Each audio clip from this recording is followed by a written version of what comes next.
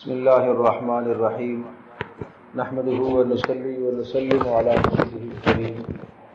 أما بعد فأعوذ بالله من الشيطان الرجيم بسم الله الرحمن الرحيم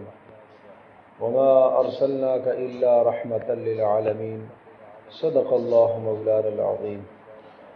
رب اشرح لي صدري ويسر لي أمري واحلل عقدة من لساني يفقهوا قولي اللهم صل على محمد وعلى آل محمد كما صليت على إبراهيم وعلى آل إبراهيم إنك حميد مجيد اللهم بارك على محمد وعلى آل محمد كما باركت على إبراهيم وعلى آل إبراهيم إنك حميد مجيد۔ اللہ تبارک و تعالیٰ نے اپنے نبی حضرت محمد صلی اللہ تعالی علیہ وسلم کو سارے جہانوں کے لیے رحمت بنا کر بھیجا ہے۔ حضرت صلی اللہ تعالی علیہ وسلم کی شخصیت مبارکہ سراپا رحمت ہے۔ پیارے پیغمبر صلی اللہ تعالی علیہ وسلم کی شخصیت مبارک سراپا رحمت ہے، سراپا خیر ہے۔ حضرت صلی اللہ تعالی علیہ وسلم نبوت سے قبل بھی ہر قسم کے گناہ سے، صغیرے سے، کبیرے سے، اور ہر قسم کی گندگی سے، اور ہر قسم کی نجاست سے، اور ہر قسم کی لغویات سے پاکیزہ، اور ہر قسم کی لغویات سے آپ دور رہے۔ کبھی بھی کسی گناہ کے کام میں آپ علیہ السلام نے شرکت نہیں فرمائی۔ اور پیارے پیغمبر صلی اللہ تعالی علیہ وسلم کا نبوت سے پہلے جو خاص طور پر لقب تھا وہ صادق اور امین کا لقب تھا۔ حضرت صلی اللہ تعالی علیہ وسلم کو مکہ کے اندر تمام کے تمام لوگ صادق کے نام سے، امین کے نام سے پہچانتے تھے۔ صادق کا معنی سچ بولنے والا، لیکن صرف زبان کا سچا نہیں، زبان کا، عمل کا، دل کا سچا، یعنی جو زبان میں ہے دل میں بھی بات وہی ہے، جو عمل میں ہے وہی دل میں بھی ہے، کہ مکمل طور پر صدق اور سچائی جب ثابت ہوتی ہے کہ انسان کی زبان اور آدمی کا عمل اور آدمی کا دل تینوں چیزوں آپس میں موافق ہو جائیں تو یہ کامل سچائی بنتی ہے۔ ایک تو یہ ہے کہ زبان سے آدمی بولے لیکن عمل اس کے خلاف ہو، یعنی گفتار کا غازی تو ہے، کردار کا غازی نہیں ہے، کردار اس کے پاس کچھ نہیں ہے، سیرت اس کی کچھ نہیں ہے۔ پیارے پیغمبر صلی اللہ تعالی علیہ وسلم کا گفتار بھی صاف ستھرا، آپ کا کردار بھی صاف ستھرا، آپ کی تنہائی کی زندگی بھی پاکیزہ زندگی، آپ کی مجالس اور محافل کی زندگی بھی انتہائی صاف ستھری اور شفاف زندگی۔ زندگی کے کسی بھی موڑ پر، کسی بھی لمحے میں، کسی بھی وقت پر، کسی بھی دن میں، اور زندگی کا کوئی بھی ایسا وقت نہیں ہے جس پر کوئی کلام کر سکے کہ یہاں آپ علیہ السلام کی زندگی درست نہیں تھی، وہ وقت جو تھا وہ اچھا نہ تھا۔ نہیں، پیارے پیغمبر صلی اللہ تعالی علیہ وسلم کو اللہ تبارک و تعالی نے سارے جہانوں کے لیے چونکہ رحمت بنا کر بھیجنا تھا، رسول بنا کر بھیجنا تھا، اس لیے اللہ پاک نے از خود آپ کی تربیت فرمائی، اللہ پاک نے از خود آپ کو پیارے اخلاق سکھائے، اللہ تبارک و تعالی نے خود اخلاق سکھا کر، ادب سکھا کر، پھر اللہ نے خود تعریف بھی فرمائی، وَإِنَّكَ لَعَلَىٰ خُلُقٍ عَظِيمٍ، کہ آپ تو اخلاق کے بلند تر درجے پر فائز ہیں۔ پھر اللہ تبارک و تعالی نے جب نبوت کے لیے سرفراز فرمایا اور نبوت کا تاج پیارے پیغمبر صلی اللہ تعالی علیہ وسلم کے سر مبارک پر جب رکھا تو اللہ تبارک و تعالی نے پہلی وحی جب نازل فرمائی، اقرأ بسم ربک الذی خلق خلق الانسان من علق اقرأ وربک الاکرم الذی علم بالقلم علم الانسان ما لم یعلم۔ یہ سورۃ العلق کی ابتدائی 5 آیات آئی۔ ان 5 آیات میں تعلیم کی تاکید کی گئی، ان 5 آیات میں تعلیم سمجھائی گئی کہ اب دور پڑھائی کا آ گیا ہے، روشنی کا دور آیا ہے، علم اپنے ساتھ روشنی لے کے آتا ہے، اب جہالت کے اندھیرے سارے چھٹ جانے چاہیے، اب کفر کی جہالت، فسق اور فجور کی جہالت، ظلم اور زیادتیوں کی جہالت، شرک کی جہالت، تمام کی تمام جہالتیں اب ختم ہوں گی۔ اب اللہ نے نور کو نازل فرمایا ہے،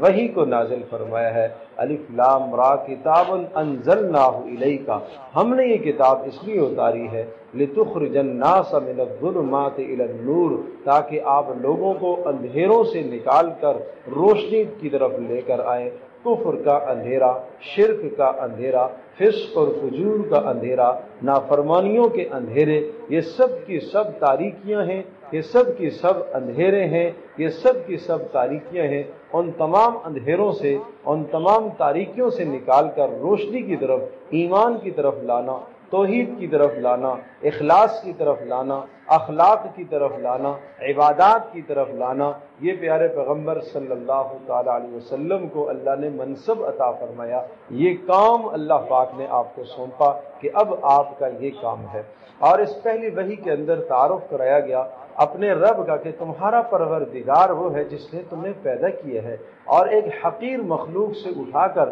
تمہیں عظیم الشان انسان اس پروردگار نے بنایا، تمہیں اشرف المخلوقات اس نے بنایا، اور اس نے تمہیں علم کے راستے عطا فرمائے۔ جو کائنات کے اندر یہ علم کسی اور کو نہیں ملا، یہ انسان کو اللہ پاک نے علم عطا فرمایا۔ ہاں، ایک دنیا میں زندہ رہنے کے لیے اپنی ضروریات کو سمجھنا، اپنے فوائد کو سمجھنا، اپنے نقصانات سے اپنے آپ کو بچانا، یہ علم تو اللہ نے حیوانات اور جانوروں کو بھی عطا فرمایا۔ انسان کو ایک اضافی علم دیا جس کی وجہ سے اس انسان کو امتیاز ملا ہے، وہ وحی والا علم ہے۔ اللہ تبارک تعالیٰ نے یہ ٹوٹا ہوا تعلق اس انسان کا جو رب سے ٹوٹا ہوا تعلق تھا، 600 سال سے یہ انسان آسمانی تعلیمات سے محروم تھا، آسمانی علوم سے، وحی کے علوم سے محروم تھا۔ پیارے پیغمبر صلی اللہ تعالی علیہ وسلم پر وحی نازل ہوئی اور اللہ تبارک تعالیٰ نے اپنی مخلوق کی طرف توجہ فرمائی، مہربانی فرمائی،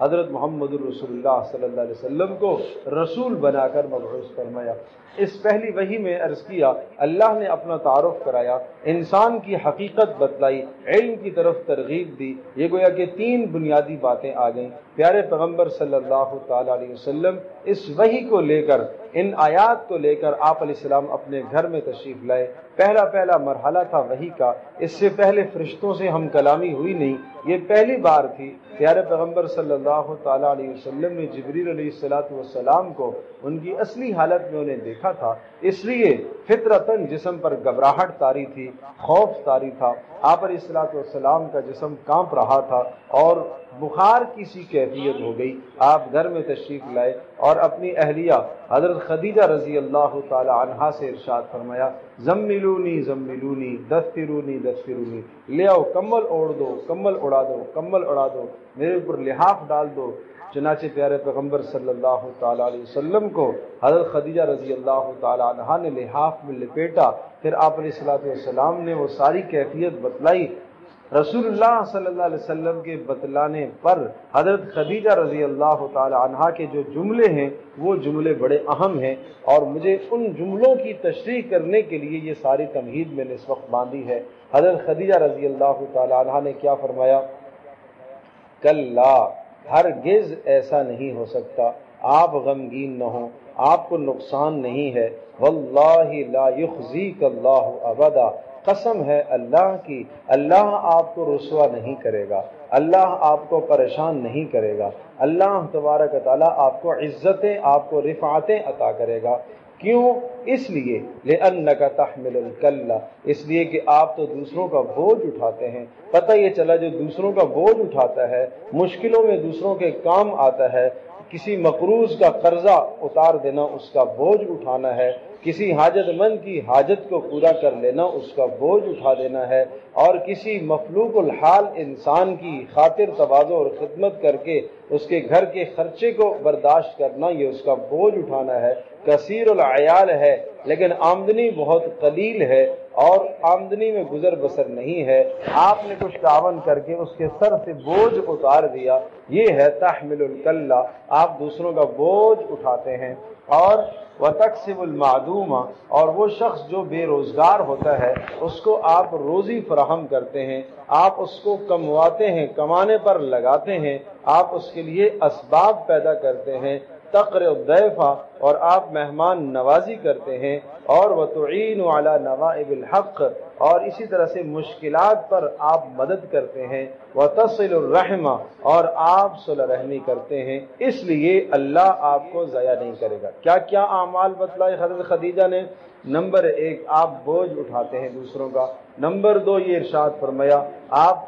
کاروبار اور روزگار لوگوں کو فراہم کرتے ہیں، یہ دوسرا عمل بتلایا، نمبر 3 آپ مہمان نوازی کرتے ہیں اس لیے، نمبر 4 بڑی بڑی مصیبتیں لوگوں پر آتی ہیں آپ مددگار بن کے کھڑے ہو جاتے ہیں، نمبر 5 وتصل الرحم، آپ صلہ رحمی کرتے ہیں، اس لیے ان 5 اعمال کی بنیاد پر اللہ آپ کو رسوا نہیں کرے گا۔ یہ وہ مبارک 5 اعمال ہیں، یہ وہ بڑے قیمتی 5 اعمال ہیں جو رسول اللہ صلی اللہ تعالی علیہ وسلم کو نبوت سے پہلے بھی اللہ نے یہ خوبیاں عطا فرمائی تھی۔ یہ آپ کی سماجی محنت تھی، یہ آپ کی ایک شہری ہونے کی حیثیت سے محنت تھی آپ علیہ الصلوۃ والسلام کی، اور اسی محنت کے نتیجے میں پیارے پیغمبر صلی اللہ تعالی علیہ وسلم کیا قرار پائے؟ آپ صادق قرار پائے، آپ امین قرار پائے، آپ کو امانت دار لوگ کہتے تھے، آپ کے پاس امانتیں لوگ رکھواتے تھے، باوجود یہ کہ کفار جو دشمن تھے وہ بھی آپ کے پاس امانتیں رکھواتے تھے، اور 13 سال مکہ میں آپ نے زمانہ گزارا، لیکن امانتیں اسی طرح سے کافر بھی آپ کے پاس رکھواتے تھے۔ اس زمانے میں بینک بیلنس تو ہوتے نہیں تھے کہ بینک میں جا کے پیسے رکھوا دیے، جس کے پاس کوئی جمع پونجی ہے اور وہ خطرہ کسی کو پڑتا تھا تو وہ کسی امانت دار شخص کے پاس رکھوا دیا کرتا۔ پیارے پیغمبر صلی اللہ تعالی علیہ وسلم کی امانت داری مشہور تھی، چیز رکھ لیتے تھے اپنے پاس، اور جب مانگنے والا آتا تو اسی طرح سے اس چیز کو سپرد فرما دیا کرتے تھے، اور ہمیشہ سچ سے کام لیتے تھے۔ سچائی آپ علیہ الصلوۃ والسلام کا خاص وصف تھا، اور ہمیں بھی اس وصف کو اپنانا چاہیے، امانت اور سچائی کو اپنانا چاہیے۔